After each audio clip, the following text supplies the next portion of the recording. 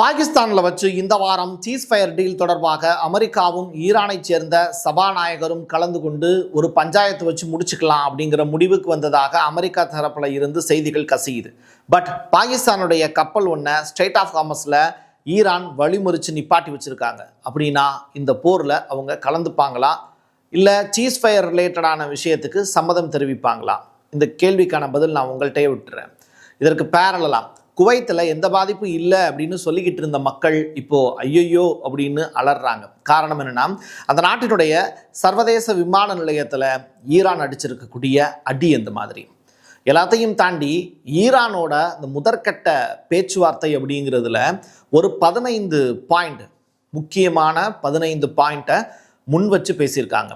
இந்த சீஸ்ஃபயரில் இந்த 15 விஷயங்கள் தான் முக்கியத்துவம் வாய்ந்த விஷயங்களாக இருக்க போகுது.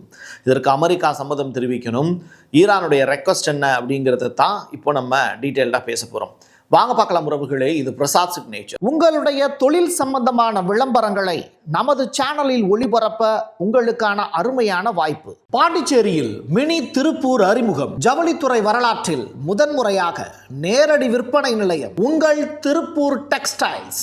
துணிகளை உற்பத்தி செய்பவர்களே நேரடியாக சந்தைப்படுத்துறதுனால வாடிக்கையாளர்களுக்கு குறைந்த விலையில தரமான அனைத்து விதமான ஜவுளி துணிகளும் இங்கு கிடைக்கும். நேரடியாகவோ ஆன்லைன் வழியாகவோ ஒரு துணியானாலும் சரி, ஹோல்சேல்ல வாங்கினாலும் சரி, உங்களுக்காக திறக்கப்பட்டிருக்கிறது தி திருப்பூர் டெக்ஸ்டைல்ஸ். தொடர்புக்கு 7708011123. ட்ரம்ப் போற போக்கில் ஏதாவது ஒரு விஷயத்தை பேசிட்டு போகக்கூடிய ஆள். அந்த வகையில் ஈரான் வெளியிட்டு வரக்கூடிய வீடியோக்கள் எல்லாமே ஏஐ வீடியோக்கள், அதாவது ஆர்டிஃபிஷியல் இன்டெலிஜென்ஸால் உருவாக்கப்பட்ட வீடியோக்கள். அவங்க கட்டடங்களையும் பெரிய பெரிய இடங்களையும் அட்டாக் பண்ணுற மாதிரி காமிக்கிறாங்க. அது எல்லாமே பொய், அது எல்லாமே ஏஐயால் உருவாக்கப்பட்டது அப்படின்னு போகிற போக்கில் சொல்லிட்டு போயிட்டார். இதை பார்த்து ஈரான் சீஸ்ஃபயர் டீலுக்கு போவாங்கன்னு நினைக்கிறீங்களா? போர் ஆரம்பித்ததற்கு பிறகு நரேந்திர மோடி அவர்கள்ட்ட, இந்தியாவினுடைய பிரதமர்கிட்ட ட்ரம்ப் ஃபோன் பண்ணி பேசியிருக்காரு அப்படிங்கிறது தொடர்பான செய்திகள் சேட்டலைட் சேனல்களில் வலம் வந்தது. சரி, என்னதான் பேசியிருக்காங்க அப்படிங்கிற விஷயத்த நம்ம கூர்ந்து கவனிக்கும் போது அதில் அவங்க சொல்லியிருக்கக்கூடிய விஷயம் போருக்கு பிந்தைய காலகட்டம் எப்படி இருக்க போகுது அப்படிங்கிறத பற்றி பேசியிருக்காங்க. இந்த போரை எப்படி முடிக்கிறது அப்படிங்கிறது தொடர்பாக 2 பேரும் பேசியிருக்காங்களா அப்படின்னு கேட்டால் போருக்கான தற்கால சூழல் பற்றி தான் பேசியிருக்காங்களே தவிர, இதனால் இந்தியாவுக்கு அந்த கேஸ் ரிலேட்டடான பாதிப்பு, ஃபியூச்சரில் இந்தியா யார்கிட்ட என்ன வாங்கணும் இப்படிங்கிறது தொடர்பான விவரங்கள்லாம் பேசியிருக்காங்களே தவிர, போருக்கு பிந்தைய காலகட்டம் எப்படி இருக்க போகுது, இந்த போரை எப்படி அமெரிக்கா முடிவுக்கு கொண்டு வரப்போகுது அப்படிங்கிறது தொடர்பான விவரங்களை பிரதமர் நரேந்திர மோடி கிட்ட அமெரிக்க அரசு ஷேர் பண்ணலை அப்படிங்கிற தகவல். நமக்கு தேவை என்ன? ஆயில், கேஸ் கரெக்டாக வருதா இல்லையா, அதைத்தான் இந்தியாவினுடைய பிரதமர் கண்டிப்பாக கேட்டிருப்பார். அதுவும் நிச்சயமாக இந்திய மக்களுக்கு சாதகமான ஒரு முடிவாக அமைந்திருக்கலாம். யுஏஇயும் சவுதி அரேபியாவும் உள்ள என்ட்ராக போகிறாங்க அப்படிங்கிற தகவல். பொறுத்தார் பூமியாழ்வார் அப்படின்னு சொன்ன காலங்கள்லாம் மாறி போய் இன்றைக்கி எங்களுடைய பொறுமைக்கும் ஒரு எல்லை இருக்குது அப்படின்னு இந்த 2 நாடுகளும் சொல்லியிருக்காங்க அப்படிங்கிற விஷயம் பேசுபொருளாக மாறி இருக்கு. ட்ரம்ப் சொல்கிறாரு, ஈரானுக்கு எதிரான பல நடவடிக்கைகளை மேற்கொள்ளுமாறு சவுதி இளவரசர் சல்மான் இருக்கார்ல, அவர் எங்களை பலமுறை உந்தி தள்ளிக்கிட்டே இருந்தார் அப்படிங்கிற செய்தியை சொல்கிறார். அது கமினி அவர்களுடைய மரணமாக இருக்கட்டும், அந்த பீரியட்லேயும் அவர்கிட்ட நாங்கள் கேட்டோம், அவர் ஓகே பண்ணுங்கன்னு சொன்னார். அதற்கு பிறகு தான் கமினி அவர்களை அட்டாக் பண்ணோன்னு சொன்னாங்க அமெரிக்க அரசு. இப்போது ட்ரம்பினுடைய ஸ்டேட்மெண்ட்டு தொடர்ச்சியாக சவுதி அரேபியாவினுடைய இளவரசர் இந்த போரில் ரொம்ப அக்கறை காட்டுறாரு, அவர் இந்த போரில் பங்கெடுத்துக்கிறதுக்கு ரொம்ப ஆர்வமாக இருக்கார் அப்படின்னு சொன்னார். இதுவும் ரொம்ப இம்பார்ட்டண்டான விஷயம். சவுதி அரேபிய அரசு இன்னும் நாங்கள் அது பற்றி முடிவெடுக்கவில்லை அப்படிங்கிற ஸ்டேட்மெண்ட்டை இப்போ லேட்டஸ்ட்டாக கொடுத்துருக்காங்க. ஆனால் யுஏஇயும் சவுதி அரேபியாவும் கண்டிப்பாக இந்த போர்க்களத்தில் உள்ளே புகுவாங்க. அதுக்காக அதை எப்படி உறுதிப்படுத்த முடியுது அப்படின்னா, ஈராக்கினுடைய வான்வெளித்தளம் அதை அமெரிக்கா பயன்படுத்தக்கூடாது அப்படிங்கிற அனௌன்ஸ்மெண்ட்டை ஈராக்கினுடைய செய்தி தொடர்பாளர்கள் ஒரு முக்கியமான ஸ்டேட்மெண்ட்டை கொடுத்துருக்காங்க. ஈராக்கினுடைய அதிகாரப்பூர்வ மக்கள் திரட்டல் படைகள் அப்படிங்கிறாங்க. அதனுடைய பெயர் PMF. இதுதான் ஈராக்கில் ரொம்ப முக்கியத்துவம் வாய்ந்த ஒரு படை. அந்த படைகள் மீது தாக்குதல் நடத்தினாங்க. யார்? இஸ்ரேல் தாக்குதல் நடத்தினாங்க. அப்போது நாங்கள் தார்மீகமாக இந்த போரில் கலந்துக்கிறதுக்கான வாய்ப்பு இதில் இருக்குது. ஸோ நாங்கள் ஈரானுக்கு ஆதரவாக எங்களுடைய வான்வெளியை திறந்து விடுவோம், இஸ்ரேலோ அமெரிக்காவோ எங்களுடைய வான்வெளியை பயன்படுத்தினாங்கன்னா அந்த மிசைல் மீது அட்டாக் நடத்துவோம் அப்படின்னு ஈராக் இப்போ பகிரங்கமாக எச்சரிக்கை விடுத்திருக்காங்க இஸ்ரேலுக்கும் அமெரிக்காவுக்கும் எதிராக. ஒரு காலகட்டத்தில் ஈராக்கும் ஈரானும் போர் செய்தது ஒரு காலகட்டம். இப்போது ஈராக்கில் இருக்கக்கூடிய புதிய பிரைம் மினிஸ்டர் அமெரிக்க படைகளை பூரா துரத்தி விட்டார். இப்படிப்பட்ட நிலையில் 2 நாடுகள் ஒன்று சேர்ந்திருக்காங்க. இது ரொம்ப ரொம்ப முக்கியத்துவம் வாய்ந்த கூட்டணியாக பார்க்கப்படுது. ஈரான் தனக்கு ஒரு சிறப்பான பரிசை அனுப்பி இருப்பதாக ட்ரம்ப் ஒரு தகவலை சொல்கிறார். சரி சார், அந்த பரிசு என்ன அப்படின்னு கேட்டால் அதை நான் அவங்கள்ட்ட சொல்ல மாட்டேனே அப்படின்ட்டார். அது மட்டும் இல்லை, உங்களுக்கு நான் சொல்ல முடியாது, பட் நான் அது என்ன அப்படிங்கிறத நான் கண்டிப்பாக ஷோ பண்ணி காமிப்பேன், ஆனால் அது இப்போ கிடையாது, இன்னும் கொஞ்சம் நாள் ஆகும் அப்படிங்கிற ஸ்டேட்மெண்ட்டை சொல்லியிருக்காரு. ட்ரம்ப்பு கிட்ட ரகசியங்கள்லாம் ஒளிஞ்சிருக்கா அப்படிங்கிறதையும் நினச்சி எனக்கு சிரிப்பு தான் வந்தது. இஸ்ரேலுடைய எல்லையில் இருந்து சுமார் 30 கிலோமீட்டர் தொலைவில் லிட்டானி லிவர் அப்படின்னு சொல்லிட்டு ஒரு இடம். அந்த இடம் லெபனானுடைய கண்ட்ரோலில் இருக்கக்கூடிய ஒரு பகுதி. இந்த லிட்டானி ஆறு அப்படிங்கிறது ரொம்ப முக்கியத்துவம் வாய்ந்த ஆறு. அதாவது மத்திய கிழக்கு பகுதியில் இந்த லிட்டானி ஆறு அப்படிங்கிறது ரொம்ப முக்கியத்துவம் வாய்ந்த ஆறு. இந்த இடத்த நாங்கள் கைப்பற்றும் வரைக்கும் லெபனான் மீதான போர் தொடரும் அப்படின்னு சொல்கிறாங்க. சிரியாவில் இருக்கக்கூடிய கோலன் குன்றுகளை கைப்பற்றி ஐநா சபை வரைக்கும் போய் அந்த பஞ்சாயத்தை முடித்த வரலாறுகள்லாம் இருக்குது. அது மாதிரி இஸ்ரேல் என்ன பண்ணுறாங்க, இந்த போரை தனக்கு சாதகமாக பயன்படுத்தி லெபனானில் இருக்கக்கூடிய நிலங்களை கையகப்படுத்துவதற்கான பெருமுயற்சி எடுக்கிறாங்க. அதுதான் அவங்களுடைய கிரேட்டர் இஸ்ரேலுக்கான பிளான்.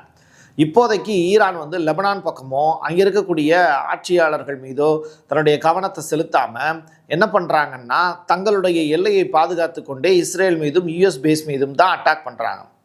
அப்போது இஸ்ரேல் தெளிவாக என்ன பண்ணுது, இந்த சாதகமாக பயன்படுத்திக்கிட்டு லிட்டானி ரிவரை கைப்பற்றுவதற்கான வேலையை செய்ய தொடங்கியிருக்காங்க. இதற்கு லெபனான் அரசும் மண்டியிட்டு கிடக்குது அப்படிங்கிறது தான் கேவலமான விஷயம். குவைத்தில் உள்ள சர்வதேச விமான நிலையம், அதில் இருக்கக்கூடிய எரிபொருள் சேமிப்பு தொட்டி, அந்த தொட்டியில் அட்டாக் நடத்தியிருக்காங்க. இதனால் பெரிய தீ விபத்து ஏற்பட்டிருக்கு.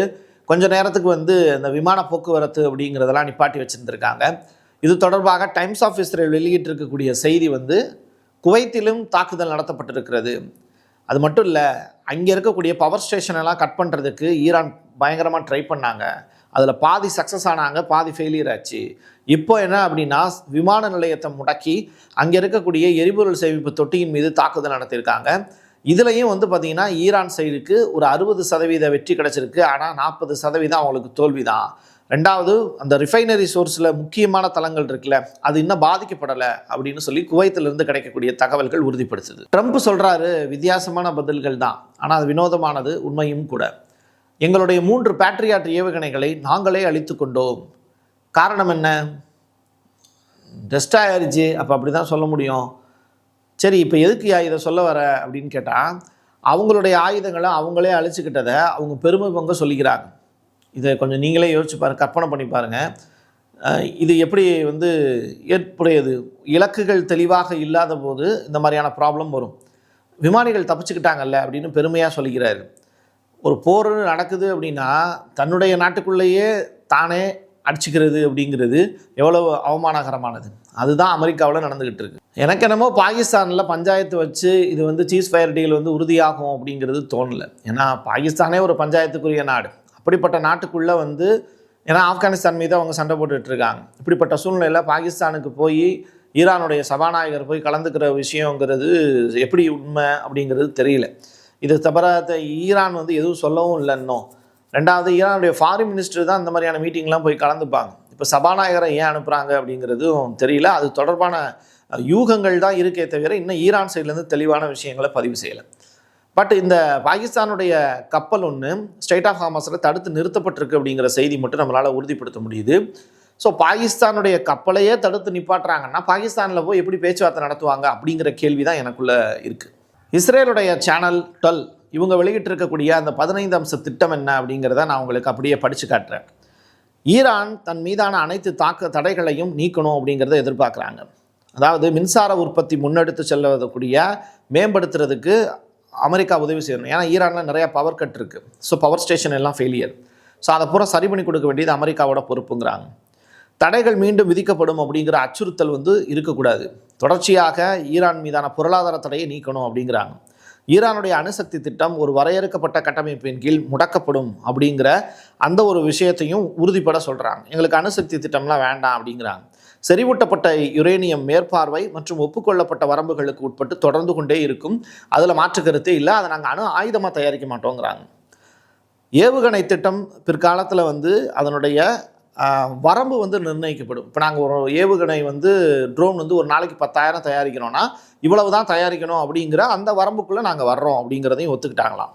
அது மட்டும் இல்லை, அணுசக்தி திட்டங்களுடைய பயன்பாடு இந்த குடிசார் மற்றும் தற்சார்பு நோக்கங்களுக்கு மட்டுமே கட்டுப்படுத்தப்படும், இஷ்டத்துக்கெலாம் நான் செய்ய முடியாதுங்கிறாங்க. தற்போதுள்ள அணுசக்தி திறன்களுடைய மேம்பாடு நிறுத்தப்படும். ரைட்டா? இப்போதைக்கு யுரேனியத்தை வேற ஒரு பிளாட்ஃபார்முக்கு மாற்றுறது இருக்குல்ல, அது செய்ய மாட்டோம்.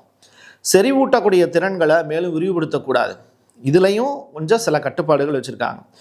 ஈரானிய மண்ணில் அணு ஆயுதங்கள் தரத்திலான அணு ஆயுத பொருட்களை உற்பத்தி செய்யக்கூடாது, சரி அப்படிங்கிற மாதிரியான விதிமுறைகளுக்கு வருவாங்களாம். இது பேச்சுவார்த்தையில் இழுபறியாக இருக்கும். செறிவூட்டப்பட்ட அனைத்து பொருட்களும் ஒப்புக்கொள்ளப்பட்ட காலக்கெடுவுக்குள் சர்வதேச IAEA ஒப்படைக்கப்படும். ரைட்டா? IAEA ஒப்படைச்சிருவாங்கன்னு ஈரானே உறுதி கொடுக்குறதா சொல்கிறாங்க. சரி, நாதன்ஸ் அண்ட் இஸ்வகான் அதுக்கப்புறம் போர்ட்டோ, இந்த 3 தளங்கள் ஜூன் மாதம் அட்டாக் பண்ணாங்கல்ல, அந்த பயன்பாட்டிலேருந்து முழுவதுமாக அளிக்கப்படும். இதெல்லாம் அமெரிக்கா முன்வைக்கக்கூடிய ரெக்வஸ்ட்டு. சர்வதேச கண்காணிப்பு, அதாவது IAEA தொடர்ச்சியாக ஈரானுக்குள்ளே செயல்படுவதற்கான வாய்ப்பை கொடுக்கணும். இணக்கத்துடன் இணைந்த படிப்படியான செயலாக்கம் வரிசையாக ஒவ்வொரு ஸ்டெப் பை ஸ்டெப்பாக நடக்கும். எப்படி காசாவில் ஃபஸ்ட்டு எய்டு பொருட்கள் போச்சு, அதுக்கப்புறம் சீஸ் ஃபயர் போச்சு, அதுக்கப்புறம் இஸ்ரேல் அத்துமீறி மறுபடியும் தாக்குதல் நடத்தினப்போ உலகமே கண்டுக்கல. ரைட்டா? அது மாதிரியான ஒரு விஷயத்தை அமெரிக்கா தொடர்ச்சியாக செய்வதற்கு வாய்ப்பு இருக்குது.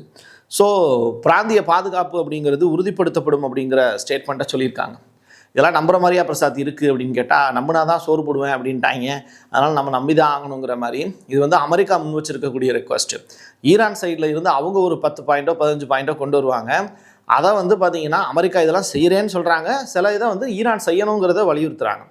ஈரான் சைட்லேருந்து சில ரெக்வஸ்ட் வச்சுருப்பாங்கல்ல, அது இன்னும் வெளியிடப்படலை. ஏன்னா அவங்க சீஸ் ஃபயர் டீலுக்கே இன்னும் முன் வர்றாங்களா இல்லையாங்கிறது தெரியலை. ட்ரம்ப் இப்போ அடுத்த கட்டமாக ஈக்வடார் அப்படிங்கிற நாட்டின் மீது போர் தொடுக்கிறாரு. அந்த நாட்டில் இருக்கக்கூடிய மக்கள் இந்த அந்நிய பொருட்களை அனுமதிக்க மாட்டாங்க அப்படிங்கிறத அந்த இடத்துல நம்ம செய்தியாக படிச்சிருந்தோம்.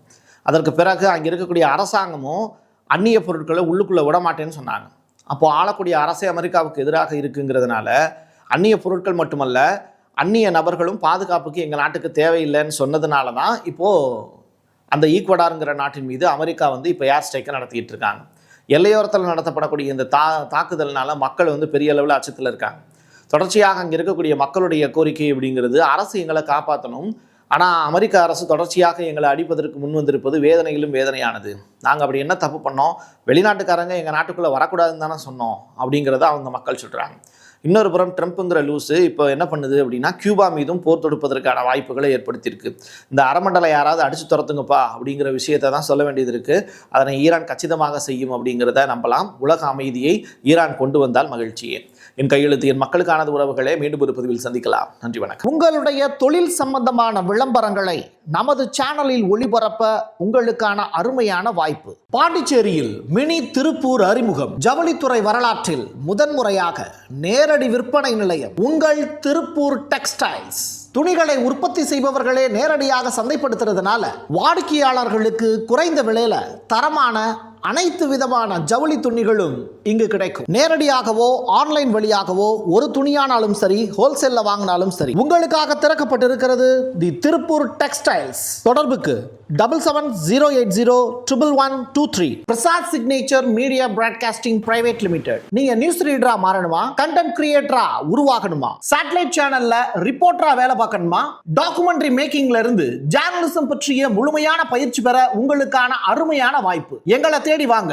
ஆன்லைன் மற்றும் நேரடி பயிற்சி வகுப்புகளும் சர்டிபிகேட் கோர்ஸாவே கத்துத்தரும். மீடியா துறையில் 10 ஆண்டுகளுக்கு மேல அனுபவம் உள்ளவர்கள் பயிற்சி கொடுப்பார்கள்.